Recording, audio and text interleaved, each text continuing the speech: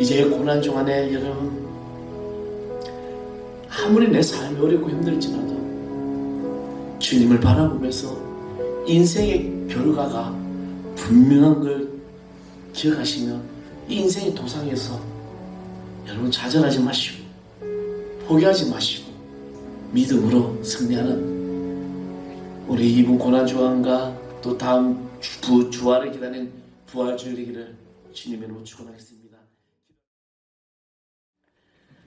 우리 계신 하나님 말씀 보겠습니다. 요한복음 3장 16절에서 21절까지 말씀입니다. 요한복음 3장 16절에서 21절. 제가 성경 신약성경 145쪽입니다. 다 찾으셨으면 제가 한 절 여러분이 함께 봉독합니다. 하나님이 세상을 이처럼 사랑하사 독생자를 주셨으니 이는 그를 믿는 자마다 멸망하지 않고 영생 얻게 하려 하심이라. 하나님이 그 아들을 세상에 보내신 것은 세상을 심판하려 하심이 아니요 그로 말미암아 세상이 구원을 받게 하려 하심이라. 그를 믿는 자는 심판을 받지 아니하는 것이요 믿지 아니하는 자는 하나님의 독생자 이름을 믿지 아니하므로 벌써 심판을 받은 것이니라. 그 성경의 것이니 곧 빛이 세상에 왔을 때 사람이 세상이가 바라보고 빛보다 어두운 것을 사랑한 것이니라. 악을 행하는 자마다 빛을 미워하여 빛으로 오지 아니하나니 이는 그 행위가 드러날까 하며 진리를 따르는 자는 빛으로 오나니 이는 그가 하나님 안에서 빛을 나타내게 합니다. 아멘. 할렐루야. 오늘 고난의 주님께서 십자가의 은혜로 여러분의 모든 삶을 또 회복시키는 귀한 역사가 나타날 줄 믿습니다. 여러분 구원 받으셨습니까? 그렇죠. 구원의 이 확신이 우리 신앙이 어떻게 보면 믿음의 이 원동력이 되는 것입니다. 그 구원의 완성은 바로 십자가의 은혜입니다. 기독교는 십자가의 종교입니다. 예수님이 십자가가 없이는 우리는 기독교라고 말할 수가 없다는 거죠. 그러니까 우리가 기독교인이고 교회라 하고 내가 예수 믿는다고 하는 그 순간에는 이 십자가의 은혜가 아니면은 우리 기독교라고 말할 수 없다는 엄청난 중요한 진리의 말씀이라는 겁니다.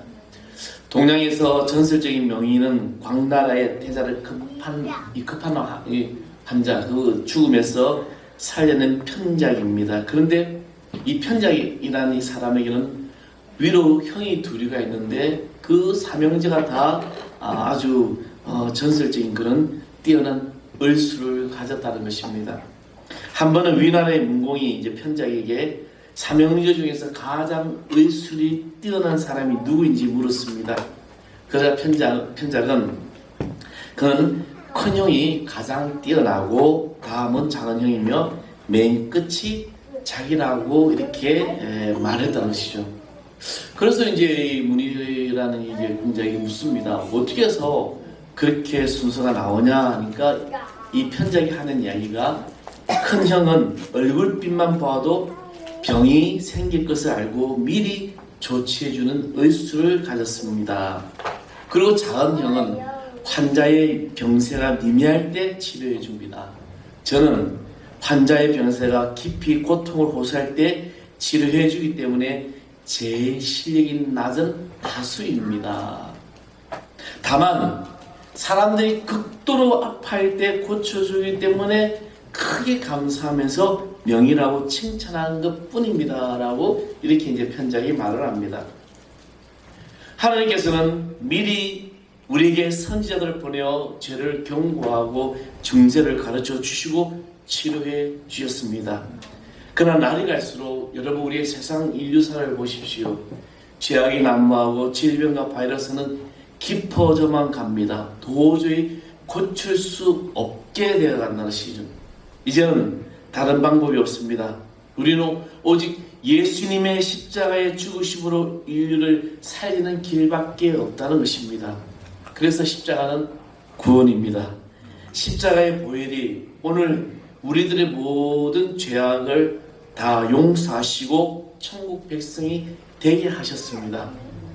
예수님의 희생과 이 사랑이 인류를 구원하신 것입니다. 그러므로 극도의 난관에 부딪혔을 때도 예수님의 십자가를 우리는 본받아야 한다는 것입니다. 누구든지 희생의 이 십자가, 사랑의 십자가를 지면 편작과 같은 명의가 되어 가정을 고치고 나라와 민족을 고칠 수 있다는 것입니다. 오늘 우리가 읽은 이 본문의 말씀 너무나도 잘 아는 말씀이지 않습니까?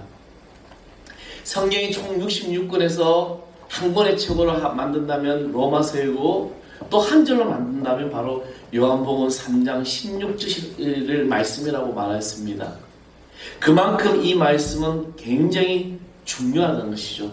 하나님이 세상을 이처럼 살아가사 그리고 그를 믿는 자마다 예수를 믿는 자마다 멸망하지 않고 영생을 얻게 하려 하신다. 그래서 이것은 바로 구원받는 첫 번째 비결이 되는 것입니다. 우리는 왜 예수를 믿어야 됩니까? 우리가 예수님을 믿는 목적이 무엇입니까? 오늘 여기에 여러분은 왜 나오셨습니까? 우리는 내가 예수를 믿는 것은 하나님께 붙잡힌 바 된 사람들이기 때문에 예수를 믿는 것입니다.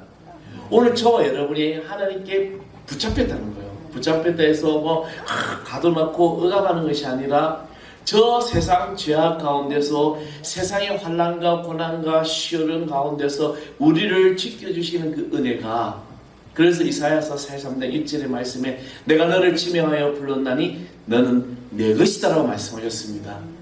주님은 우리의 것이라고 분명하게 말씀하신 것이요. 지금 교회에 내가 오고 싶어서 왔을까? 여러분 오늘 이 자리에 내가 오고 싶어서 왔을 것 같아요? 아니에요. 물론 내가 오고 싶어서 왔다라고 생각할 수 있습니다. 그러나 하나님이 부르셨기 때문에 내가 여기 나오는 것입니다. 오늘 이 자리에 여러분이 이곳에 다니는 거죠. 이 예배당에 나와서 예배하고 찬양하고 그리고 주님께 영광을 돌리는 이 모든 삶이 바로 하나님이 나를 택하시고 하나님께 내가 붙잡힌 바 되었기 때문에 이곳에 온 겁니다. 그런데 이런 과정에서 사단의 유혹이 넘어질 때가 있다는 것입니다. 그래서 우리 이 자리에 못 오는 거죠. 타협하게 되고 내가 힘드니까, 내가 아프니까, 내가 지금 바쁘니까 오늘 예배는 맞아야지. 내가 조금 다른 일을 더 크게 신경 써야 되니까 오늘은 잠깐만 내가 예배를 드리지 말아야지. 그러나 이런 모든 유혹의 과정 속에서 능히 이길 수 있는 것은 바로 우리가 예수님의 십자가의 그 은혜로 붙잡힌 바 됨을 믿으시길 바랍니다. 그래서 하나님께서는 저와 여러분을 지명하여 우리를 택하여 주셨다는 것이죠. 그래서 십자가와 구원이 이루어지는 것입니다. 구원을 얻기 위함인 것이죠. 언젠가 한 기독교 단체에서 구원에 관한 한국교회 목회자들에게 질문을 한 적이 있습니다. 네, 놀라운 사실은 40명 이상이 구원은 소멸된다라고 이야기를 합니다. 물론 이 구원은요 일회성이죠. 한번 내가 구원받았으면 그 구원은 계속해서 이어집니다. 물론 소멸되는 경우도 있습니다. 어떨 때요? 내가 주님을 부인하고 우상을 숭배하고 하나님을 떠난 자는 하나님께서 그 영혼까지도 책임져 주시지 않는 겁니다. 그러나 내가 예수 그리스도 안에서 예수를 영접하고 내 모든 삶을 날마다 살아가면서 그런 상황 가운데 우리가 자범죄를 짓고 죄 가운데 살을지라도 우리를 용서해 주신 그 은혜가 구원이라는 것이죠. 이 일이 어떻게 일어납니까? 바로 십자가에서 예수님이 못 박혀 피 흘려 돌아가셨기 때문입니다. 예수 그리스도 외에는 구원함이 없는 그런 놀라운 이름이라는 것입니다. 물질적인 가난함과 부유함이나 육신의 건강함과 병약함은 결코 이 신앙의 유무와 관계가 되지 않음을 알 수가 있는 것입니다. 하지만 하나님을 모시고 사는 믿음의 사람들에게는 모든 환경을 뛰어넘는, 그래서 기쁘고 감사한 삶을 누릴 수 있다는 것입니다. 오늘 저와 여러분이 삶의 어떤 순간에 있을지라도 그 삶을 하나님께서 나에게 주신 십자가의 은혜로 이 모든 것을 뛰어넘을 수 있는 하나님의 영적 에너지를 받을 수 있는 겁니다. 그래서 우리 찬양 가운데 높은 산이나 거친들이나 초막이나 궁궐이나 그 어디나 하늘나라, 내가 주님 앞에서 고백하는 모든 순간 그곳이 어디든지, 그것이 높은 산이 될 수 있고 초막이 될 수 있고 대우 같은 궁궐의 집이 될 수 있고 정말 흐름한 초막 같은 그 집이라 할지라도 예수 그리스도 안에서 있는 나의 모든 삶은 하나의 복된 삶이 된다는 것입니다. 그렇다면 내 삶의 주인은 누구인가? 여러분 중요한 질문입니다. 나의 삶의 주인은 누구인가? 대부분의 사람들이 내 삶의 주인은 나라고 생각합니다. 또 그 생각이 당연하다라고 생각합니다. 그러나 여러분, 믿음은요, 나를 부인하는 것입니다. 철저하게 믿음은 내 삶의 주인이 내가 아니라 예수 그리스도임을 고백하는 것입니다. 우리는 무지무능한 존재라는 것입니다. 유능은 사람의 컨셉이지만 전능은 하나님의 컨셉이라는 것입니다. 세상의 주인은 하나님이시며 우리를 이끌으신 그 주인이 하나님이시기 때문에 이 세상에 사는 우리는 그에 따른 피조물입니다. 저 여러분은 하나님께서 창조한 피조물이죠. 나를 부인하고 하나님을 인정할 때 우리의 삶은 이 구원의 역사를 얻게 된다는 것입니다. 죄란 하나님으로 자신과 세상의 주인으로 삼지 않고 자기 자신과 자기 어떤 모든 세상의 주인으로 살아가면서 세상의 욕심대로 살아가는 사람 때문에 이 죄가 생기는 것입니다. 요한복음 1장 11절 말씀에 영접하는 자, 그 이름을 믿는 자 등이 하나님의 자녀가 되는 권세를 주셨다라고 말씀하셨습니다. 우리가 예수 그리스도를 믿고 하나님의 자녀가 되는 순간 바로 구원받은 하나님의 축복받는 삶을 살아간다는 것입니다. 오늘 여기 모인 사랑하는 성도 여러분, 여러분 하나님의 자녀됨을 믿으시길 바랍니다. 그리고 하나님의 자녀에게 주시는 축복이 바로 십자가의 은혜고 구원이라는 것입니다. 그래서 우리는 이 죄의 문제를 해결을 받아야 합니다. 18절 말씀에 보면 그를 믿는 자는 심판을 받지 않을 것이요 라고 분명하게 말씀하셨습니다. 심판은 죄를 지은 사람만 받습니다. 우리는 모두 죄인이었어요. 욕심이 잉태한 즉 죄를 낳고 죄가 장성한 즉 사망을 낳는다라고 말씀하셨습니다. 죄는 아주 작은 것에서부터 시작되어지는 것입니다. 그런데 주님이 이런 죄를 용서해 주셨습니다. 이것이 바로 십자가의 사랑입니다. 용서는요, 이 사랑을 수반하면서 그 크기와 비례한다는 거죠. 용서가 커지면 사랑도 커지는 거예요. 7번을 용서하는 사람이 있다면 죄의 문제를 고민하지 않아도 됩니다. 왜냐하면 죄는 상대방에게 용서를 받아야만이 끝이 하지만 용서는 그렇지 않다는 것입니다. 쉽지 않다는 거죠. 여러분, 이런 쉽지 않은 용서, 부모와 자식의 관계에서는 많이 이런 용서가 가능합니다. 아무런 조건 없이, 아무리 내 자식이, 내 자녀가 얼마나 많은 죄를 지어도 부모는 용서할 수밖에 없는 거예요. 왜? 부모와 자식이기 때문에. 하나님과 우리의 관계가 바로 그렇다는 것입니다. 아무런 조건 없이 우리의 모든 죄를 다 용서해 주시는 것입니다. 절대 전능자이신 하나님이 우리의 죄를 용서할 수 있으며 우리의 죄를 씻을 수가 있는 것입니다. 우리에게는요, 구원의 권한이 없어요. 세상 그 어떤 사람도, 그러니까 사이비가 이단자들 보면 다 교주고 자기가 구원자인 것처럼 이야기를 합니다. 왜 로마 가톨릭이 종교개혁이 왜 일어났습니까? 그들이 교황청에서 면죄부를 하는 돈을 받고 그 면죄부를 주면서 죄를 사하여 주기 때문에 종교개혁이 일어나고 기독교가 태생이 된 겁니다. 이 세상 그 어떤 사람도 구원의 자격을 구원할 수 있는 권한은 없습니다. 오직 하나님 예수 그리스도 뿐입니다.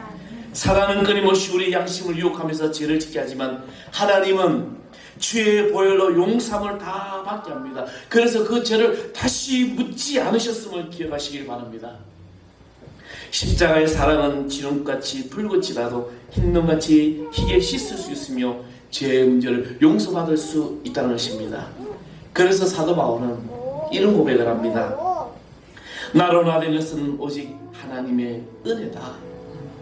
내 삶이, 내가 이렇게 살아가는 모든 것들이 바로 하나님의 은혜다. 이렇게 감사한 것은 하나님의 은혜이며 그 은혜는 십자가의 은혜인 것입니다.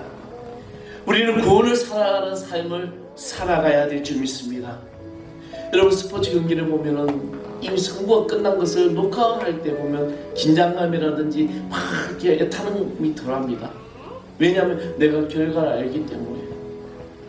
그런데 녹화 방송을 보다 보면 그 안타까워하는 관중들의 그 표정들을 볼 수 있습니다. 아쉬워하는 표정들. 여러분, 우리나라 콜롬비아하고 우루과이전 하면서 우루과이전에서 골 두 골이 막 그 부엘 판단에서 골이 취소됐는데 얼마나 아쉬워합니까? 근데 결과를 알고 있는 우리는 참 저랬지 이렇게 넘어갈 수밖에 없습니다. 결과에 대한 불안감을 안절부절하는 그런 인생을 살고 있지 않은지 우리는 점검해야 돼요. 왜냐하면 이미 우리는 하나님께서 우리 결과를 보여주셨기 때문입니다. 여러분, 죄 용서함을 받았고 이 죄사함의 은총으로 나는 천국 백성이 되고 구원받은 하나님의 자녀이기 때문에 이 세상을 살아가면서 저 세상을 타협하면서 내가 좀 손해보고 내가 좀 더 불리하게 살지 않을까 그런 고민할 필요가 없는 것입니다. 여러분의 미래에 대한 결과를 그것 때문에 불안해할 필요가 없다는 겁니다. 왜냐하면 나는 하나님의 자녀로 십자가의 은혜로 살아가기 때문에 주님이 나에게 주시는 은혜의 은총을 살아갈 수 있기 때문에 여러분 그 삶을 믿고 나가시기 바랍니다. 인생은 구의 마을이요, 구원이요, 승리요, 천국입니다. 야구 경기에서 구의 말 마지막에 끝나야만이 다 알고 있는데 오해 말에 실패했다고 낙심하거나 좌절하진 않습니다. 구원을 얻은 삶의 확신을 가질 때 환난을 인내하며 소망을 갖는 우리가 되어야 되는 것입니다. 오늘은 종료일 고난주일입니다. 우리는 예수님의 십자가를 지시기 위해 예루살렘으로 오늘 입성하셨어요. 주님이 예루살렘의 어린 나귀를 타고 들어가실 때 그 입구에서 있던 수많은 군중들이 종려나무 가지를 흔들며 호산나 호산나 다윗의 자손이라고 나 만왕의 왕이라고 그들을 경배했던 그들이 주님이 십자가에 잡혔을 때는 부인하고 저주하고 핍박하고 십자가에 못 박으라고 아우성쳤던 그들이었습니다. 이제 우리 2000년 전에 똑같은 그런 죄를 범하지 마십시오. 우리는 나의 모든 십자가의 주인 되신 주님께서 왜? 누구 때문에?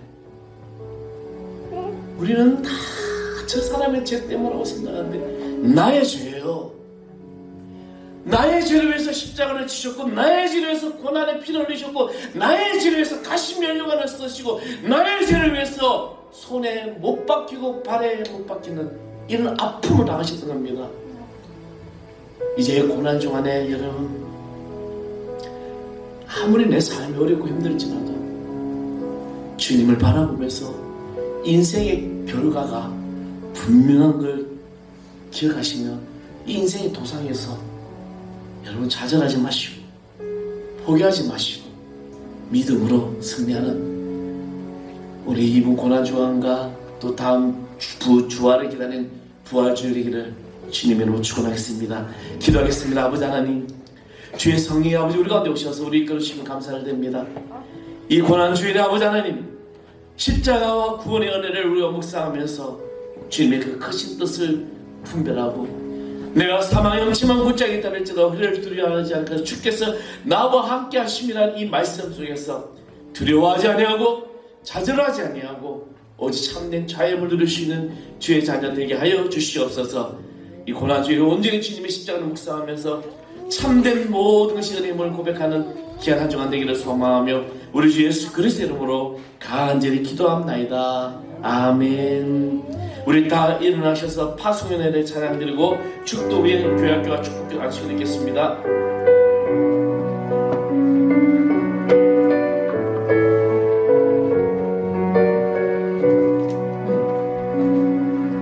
너의 가는 길에 주의 평강 있으리 평강에와 함께 가시니 너의 걸음 주 인도하시니 주의 강한 손 너를 이끄시 너의 가는 길에 주의 축복 있으리